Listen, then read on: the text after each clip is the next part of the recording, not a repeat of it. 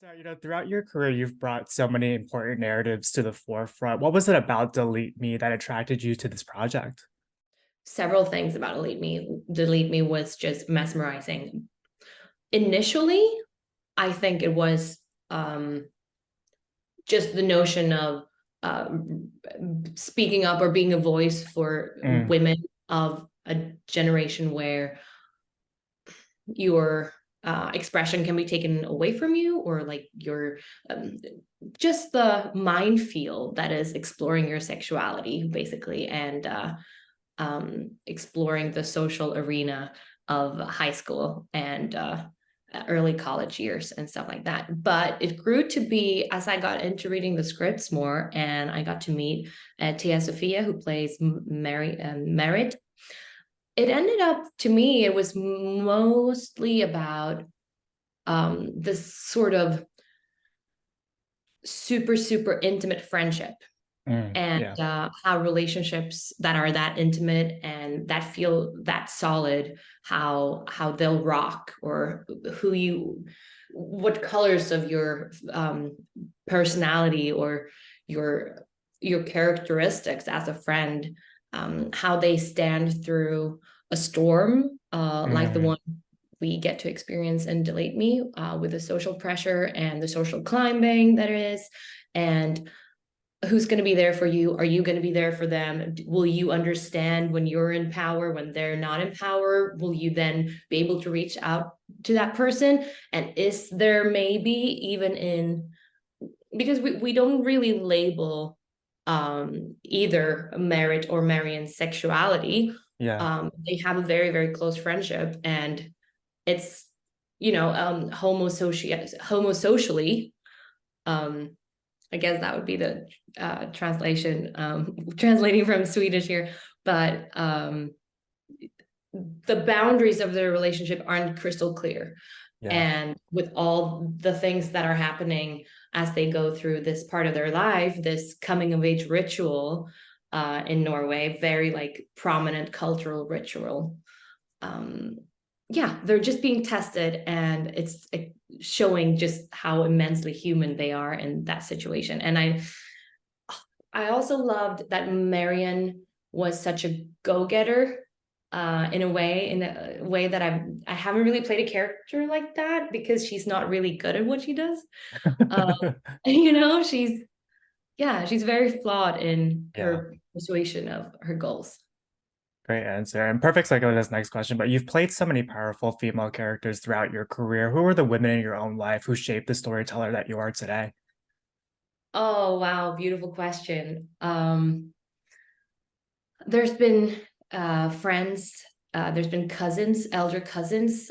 They've meant so much to me, in terms of just expanding my world, socially and morally. But there's also my two grandmothers, and Mm, I think a little bit more my paternal grandmother. She has meant a lot to me, not only in how she led her life, um, always with love and forgiveness, but still, sort of like with ambition. Um, and then my own mother as well, who would let nothing stop her in what mm. she does. And when life has hit her hard, she's just come back, even tougher. And yeah, I would say those in particular. But then I've also met so many amazing colleagues, and Yeah. been able, because there's something about actors or creatives in general that usually they are pretty, expressive and transparent about their emotional life, and therefore it's so easy, I find, to, if you just sit and listen to the colleagues you're working with, you'll learn so much about how to navigate life and pitfalls Mm, and all that. yeah. Um, I was watching on social media your fans reacting to this series, and they were actually really nervous to watch you in this, which I think it's so timely, intense, and gritty. Did you feel any pressure heading into this role? Were there any nerves? yeah, there were some nerves about the, because of the sexual, like this explicit scenes that I knew were Hmm. going to be in there, and my paternal grandmother in specific, she's was very Christian, and I felt like I had to sit her down, especially because it was a Norwegian show and that's my Norwegian family. And I knew she was Mm, going to watch it and people were going to talk to her about it, about this sex tape that the first season surrounds. And she said, you know what? This is a really important story and somebody's got to tell it. mm. So why shouldn't it be you? And that meant a lot to me. And it was just so good to have that going around the rest of the family and telling them that she said that, because then they didn't have anything to say against it. But yeah, and generally it's been interesting to show the fans of Motherland and of Scylla Yeah, the Norwegian world and the Norwegian part of me. And um, Marion, in contrast to Scylla, for example, is, like I mentioned before, she's very human in the yeah. sense that she'd love to be a go-getter, but she isn't really.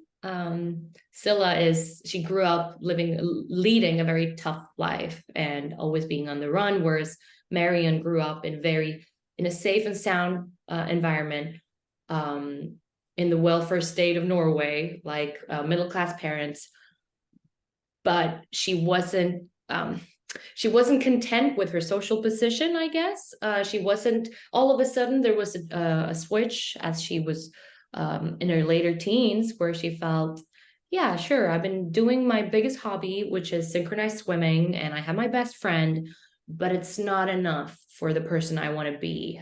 She felt like the time was running out and there had to be a drastic change. And Mm, for that, she would have to sacrifice a lot in her life, not as much as she then tends to do.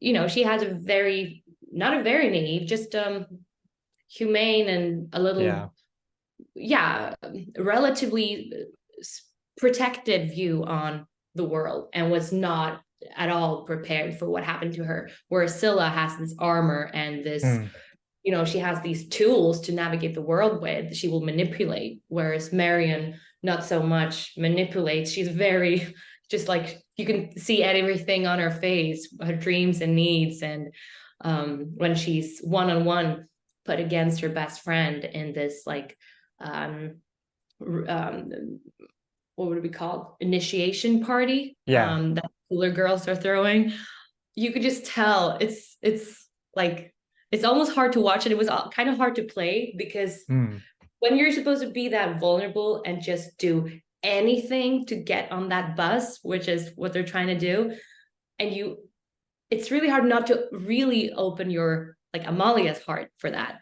and mm. really try to, like, this awful twerking. They're supposed to be twerking. Yeah, And it's just, it's cringeworthy. It's embarrassing, but that's like, she doesn't feel that. She doesn't have that view on yeah, herself. She's just full heartedly in there. Um, and I love that about her. And it's very lovable and she deserves so much love. But it was an interesting contrast. Like you said, in comparison to all the more stronger or action led women that I've been portraying. yeah. Perfect segue to this next question. But there's so much vulnerability that was needed for a role like this, and you brought so much nuance to that. As an actress, how did you create the space for yourself to tackle that journey that unfolds in season one? Wow, amazing question.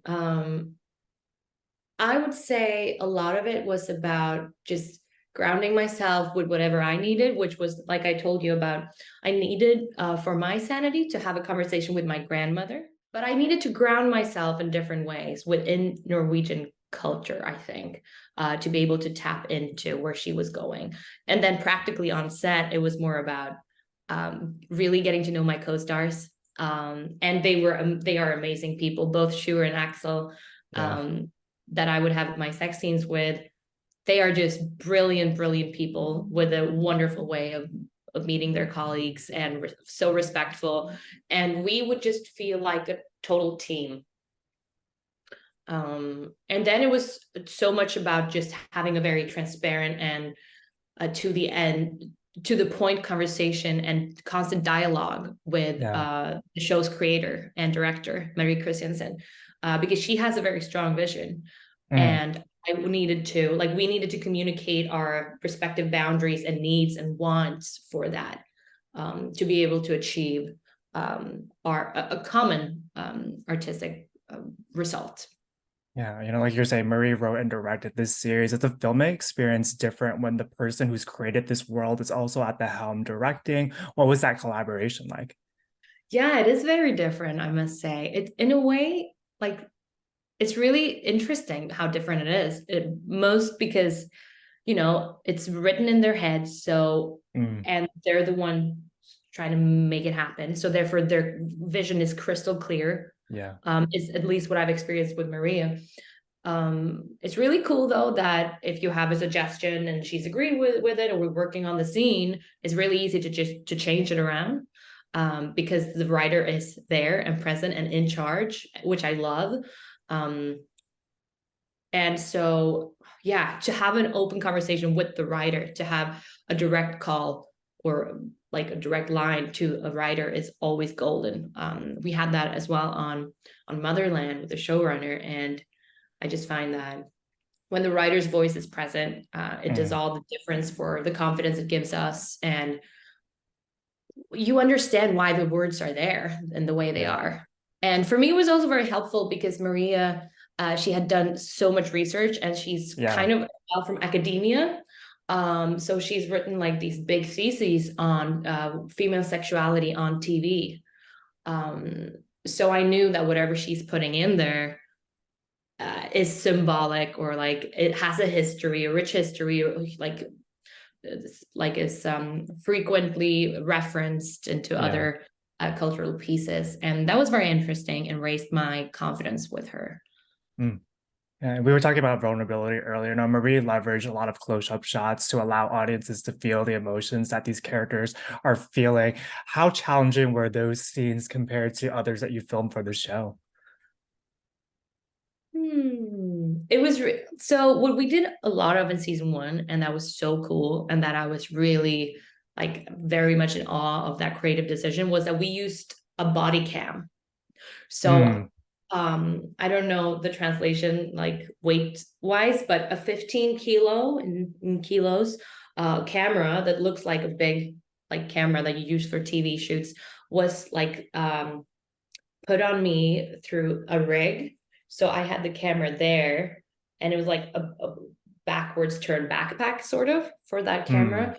And so we would do a lot of running scenes with that, or walking, or when Marion gets to school after the video's been leaked, and the yeah. way everyone reacts to that. It was so cool to be able to know and to figure out how to work with that new way of filming, because I've never done anything like it. And it was almost harder uh before I got used to it, because the camera is so close.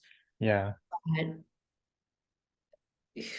I don't know, like the challenge for an actor is always to be like, don't mind the camera, don't mind the camera. But when the camera is on you, how do you not mind the camera? And like, I didn't want to look around it, but I absolutely do not want to look into it. Like that was a whole new technical challenge, that really made the project so much more fun. Yeah. Um, because I love a challenge like that. Yeah, it comes great across on screen as well. The second season is out now. We know you can't say too much, but what can you tease about where we find your character in season two?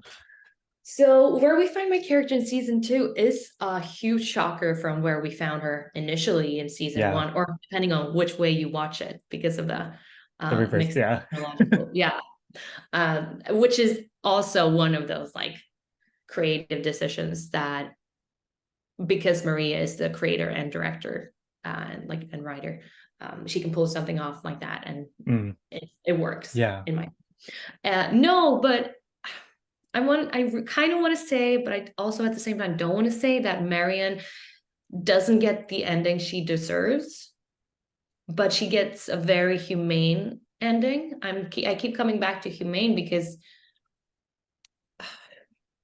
she once she knew what she wanted, but there's something about being in your late teens and being under a lot of different pressure points that will rock maybe your intuition or your direction in life. At least was my experience of my late teens, and I find that that's what's happened to Marion as well. She knows exactly where she wants. She wants to go to Miami. She wants to be like a professional synchronized swimmer. But because of all that happens to her, she doesn't. The way I read it, she doesn't really have see another option than because everyone's calling her a slut or Hmm. calling her a whore and projecting all these things to her onto her. Um, she decides to take that and use that as her capital Yeah. and use that as her force in going forward in life. And she's still so young though, so I don't see that this is like the final path for her or anything. Hmm. And I think it's really, really impressive when someone goes through something like that and they turn it into a new direction. Um, Eventually maybe she really grows into it and that is her chosen path in life, but unfortunately I kind of view it the way that it's not where she wants to be, where we find Yeah. her in season two. It's where she felt forced to ending up and she's learned to own that position. Yeah. And I find that that is in a lot of ways the same for Sana. I think that Sana um, had a vision of life, was rocked in her chair, and now like ended up in a different world and she's trying to navigate that but with the same tools maybe and the same impulses as she did in high school, but it's not working. The world's different when you're Yeah. out in the real world, so it's a huge shift from season one to season two as they progress and leave high school, which is for the very, very toxic bubble that it is in this series, it's also a predictable world. Mm. Whereas in season two, they're out in the real world, which is Yeah. totally unpredictable.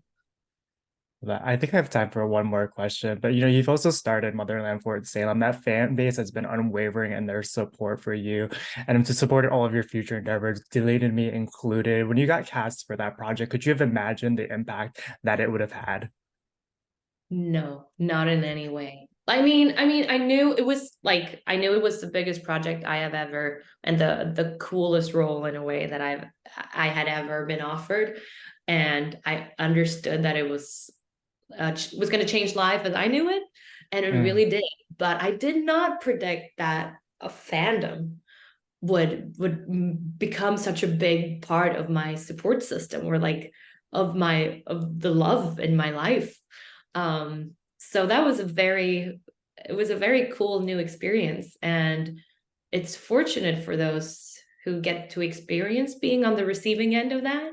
And the way I've understood it is really wonderful to also be an active part of a fandom because the creative love you share in that. And when you love a show or a character, you have a common view Mm. that may not be the same kind of view that you'll reach or the same understanding that you'll make with people in your day-to-day life. Um, but someone has seen an element of humanity or like an element of being alive and written that into a character, and there's a story all surrounding it, and then someone else is stepping in those shoes, seeing sort of the similar things, being able to portray it in that way. And yeah, it's like everyone who is intrigued by or who likes Scylla and the way we portray her is also in part of this creative crew in a Yeah. way. I don't know, it's probably a little No, it's all over beautifully the place, said. those thoughts, but it's been a wonderful surprise. I did not see that coming at all, and I was not expecting that there would be people who, because of liking what I did with Scylla, would follow and watch Yeah. Delete Me and take Marion to their hearts. And that means so much to me because they're so different, but in my eyes, the fandom has seen some of the core values or the core energies being the same in the two. And Yeah. that's wonderful.